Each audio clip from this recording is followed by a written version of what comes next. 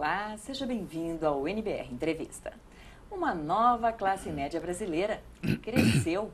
Novas oportunidades, mas também outras necessidades são exigidas, tanto desta nossa nova faixa, como também do planejamento do Estado brasileiro.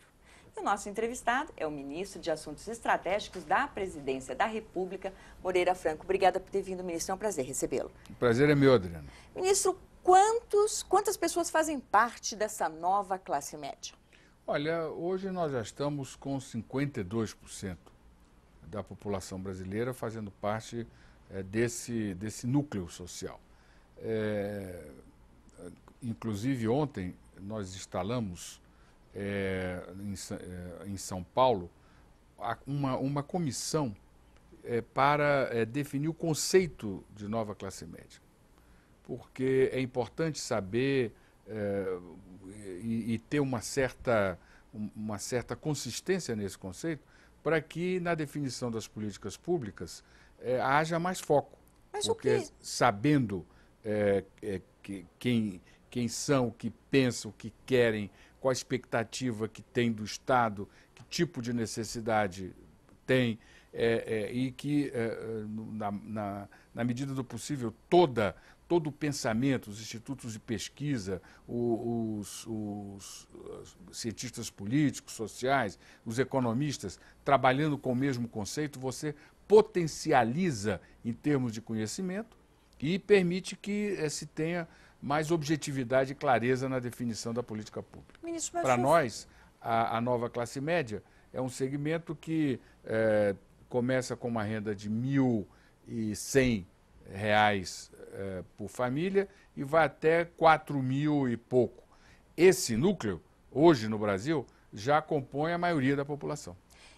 Então, existe um grande número de pessoas que saíram da extrema pobreza, saíram da classe baixa e essa parte já faz parte da nova classe média brasileira. A pergunta, ministro, é o seguinte: a política mundial, a economia mundial toda está estremecida, passando por dificuldades. O Brasil tem toda essa quantidade de pessoas que mudaram essa classe, que agora compõem essa nova classe média brasileira. Como se pensar, ministro, não em políticas públicas, não em políticas que realmente tirem as pessoas da pobreza, mas pensar em políticas econômicas que possam fazer com que esta população se mantenha na classe média, ministro? Olha, esse é o grande desafio.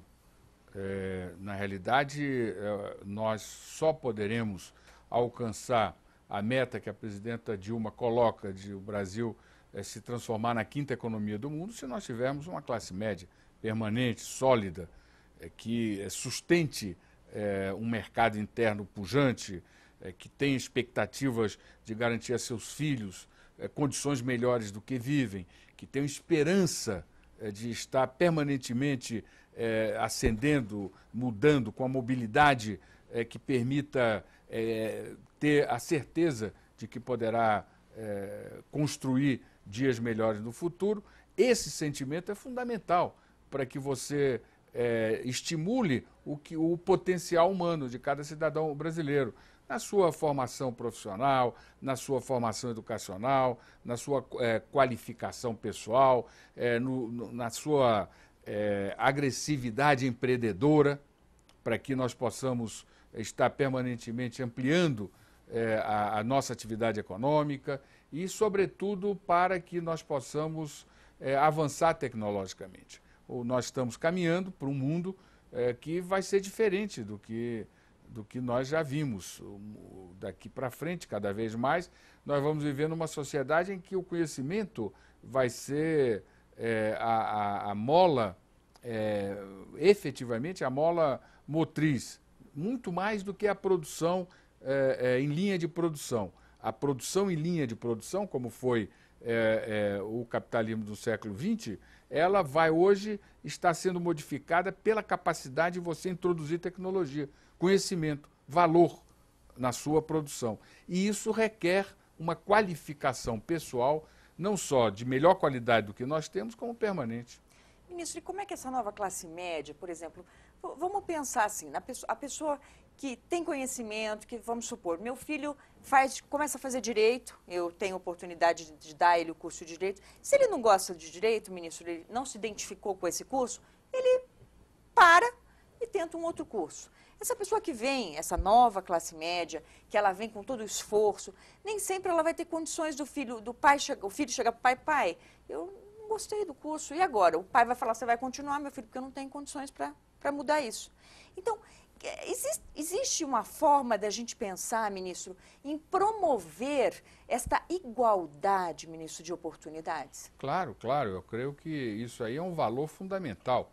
Quando nós temos a maioria da população que pertence a um segmento que não tem padrinho. A maioria dos jovens no Brasil hoje faz parte da nova classe média. Esses jovens, eles não têm pai advogado, juiz, político, jornalista, médico. Eles têm inclusive uma qualificação educacional, profissional, um padrão de informação superior ao dos pais. É verdade. E isso faz com que eles precisem viver numa sociedade que tenha alguns valores já incorporados. Um deles é a igualdade de oportunidades. Eles querem igualdade, eles precisam da igualdade. Eles estão trabalhando para impor, do ponto de vista político-social, vamos dizer assim, pela pujança, pelo protagonismo, que esse valor seja um valor vigente. Da mesma maneira, a meritocracia. Hoje, eu não tenho a menor dúvida, que teria grande repercussão na nova classe média, o partido que assumisse, os políticos que assumissem a liderança de uma campanha dizendo não ao pistolão. Porque as pessoas precisam, elas só contam com o valor de cada um, com o esforço. Por isso trabalham de dia, estudam de noite, pagam a sua qualificação profissional. Porque, lamentavelmente, no Brasil, do ponto de vista de política pública, nós temos o esforço da qualificação muito mais para o desempregado do que para o empregado. Oferece-se poucas oportunidades à mão de obra empregada para melhorar a sua qualificação. E quando, mesmo para os desempregados, não há a diversidade de oportunidades que foi a sua questão primeira. E eu creio que como você disse corretamente, quem tem recurso, o jovem que tem recurso, pode mudar no meio. O jovem da nova classe média, em função das políticas públicas, por exemplo, do ProUni, ele não pode mudar, ele não tem essa possibilidade. Então nós temos que cada vez mais trabalhar com as políticas sociais compromissadas com o direito positivo do que com o direito negativo. O direito negativo são aquelas políticas quando a população, a maioria da população luta pela sobrevivência. Então você tem políticas para dizer não à fome, não à mortalidade infantil, não à violência contra a mulher, não à violência contra a criança, não ao abuso sexual. Os países mais desenvolvidos, eles trabalham com suas políticas sociais no direito positivo, estimular a cognitividade, a capacidade motora, a inteligência, as condições para brincar, para se desenvolver como ser humano. Então, nós estamos no meio desse ciclo. Nós saímos, nos últimos 10 anos, de uma situação em que a maioria da população lutava pela sobrevivência, estava com um padrão de pobreza muito alto, e nós hoje temos a maioria da população numa situação mais confortável, mais tranquila, podendo ter esperança no futuro. E é isso que nós temos que, do ponto de vista do governo, através das políticas públicas, acompanhar esse movimento que a sociedade já fez e que exige que a qualidade das políticas, tanto públicas, tanto sociais quanto econômicas, ou seja, das políticas públicas de modo geral, passe para uma segunda geração, porque tem que ter esse compromisso de garantir a diferença. Existe uma diferença entre diferença e desigualdade. A desigualdade ela é injusta. A diferença, não. A diferença permite que você conviva com outras pessoas de maneira respeitosa. A desigualdade, não. Um manda no outro, um explora o outro. Então, nós temos que combater a desigualdade e garantir cada vez mais políticas públicas que estimulem o potencial de cada um. Ministro, vamos falar um pouquinho sobre essas políticas públicas, essa nova visão. Quer dizer, em que pé estamos? Trabalhamos, fizemos um primeiro patamar, saímos daquela situação literalmente de socorro e agora sim estamos pensando em políticas públicas e econômicas positivas. Como é que o governo tem pensado isso? Como é que o governo tem pensado em Brasil? Olha, a SAI tem colocado como a prioridade, e prioridade para mim é uma palavra singular. Você não tem várias prioridades. Cada hora você tem uma prioridade. Você pode até daqui a um minuto mudar a sua prioridade. Mas hoje, agora, nesse momento, você só pode fazer uma coisa, você não faz várias. Os economistas é que tornaram essa palavra plural e aí fizeram esta confusão. As prioridades. Então, acaba que você não tem nenhuma, você não tem foco. Então, a prioridade é a nova classe média. Nós precisamos criar condições para que esse contingente de mais de 30 milhões de brasileiros, eles colocam no mercado, esse ano, 1 trilhão e 100 bilhões de reais. É mais do que o PIB português. Eles, para você ter ideia, nós descobrimos, trabalhando informações do IBGE, que a nova classe média vai pagar esse ano 100 bilhões de juros. Mas elas não percebem. Me explica isso, ministro. Elas declararam, elas estão declarando nas suas, nos questionários que fazem essas pesquisas, elas têm consciência e elas acham que estão pagando só 3. O que significa que quando estão fazendo a compra a crédito, usando o crédito para fazer compra, elas acham que estão fazendo um bom negócio, porque a percepção é de que o que estão pagando é 97 bilhões a menos do que na realidade. Então, porque as pessoas não enxergam os juros, é isso? É porque não há transparência na informação.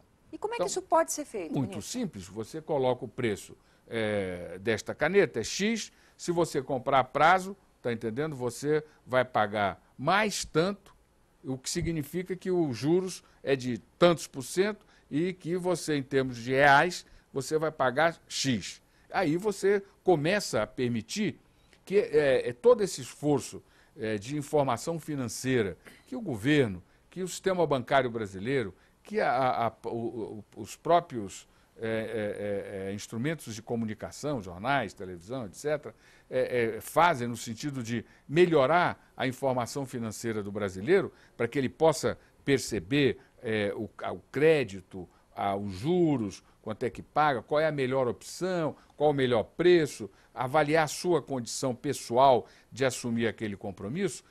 Esse conhecimento precisa de transparência da informação, porque senão ele não vai poder aplicar.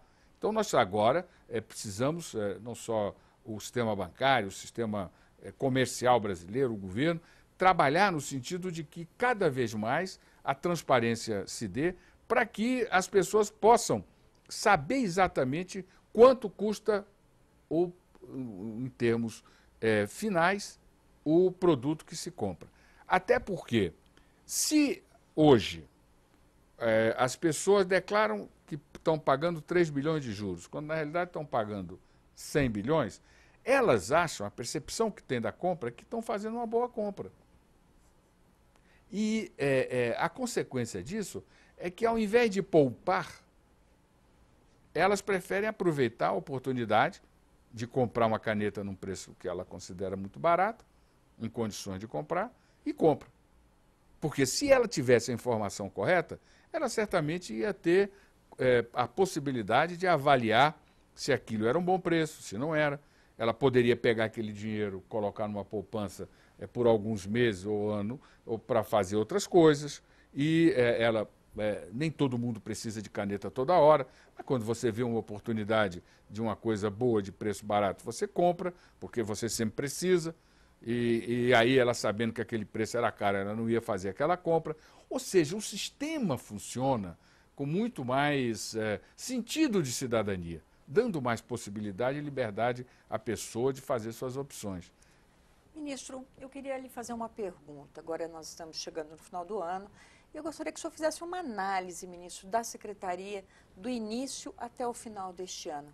Crescemos, foi positivo, o que precisamos retomar? Como é que o senhor vê isso? Olha, nós ajudamos de maneira significativa para colocar a questão da nova classe média como um ponto importante da reflexão e do debate no Brasil. Estamos fazendo agora um esforço de mostrar que, para que nós possamos evitar que esses brasileiros retornem à situação de pobreza e dar mais mobilidade, ou pelo menos manter a mobilidade, nós precisamos fazer com que as autoridades econômicas do governo entendam que hoje o problema da nova classe média não é um problema de política social, mas é um problema de política econômica.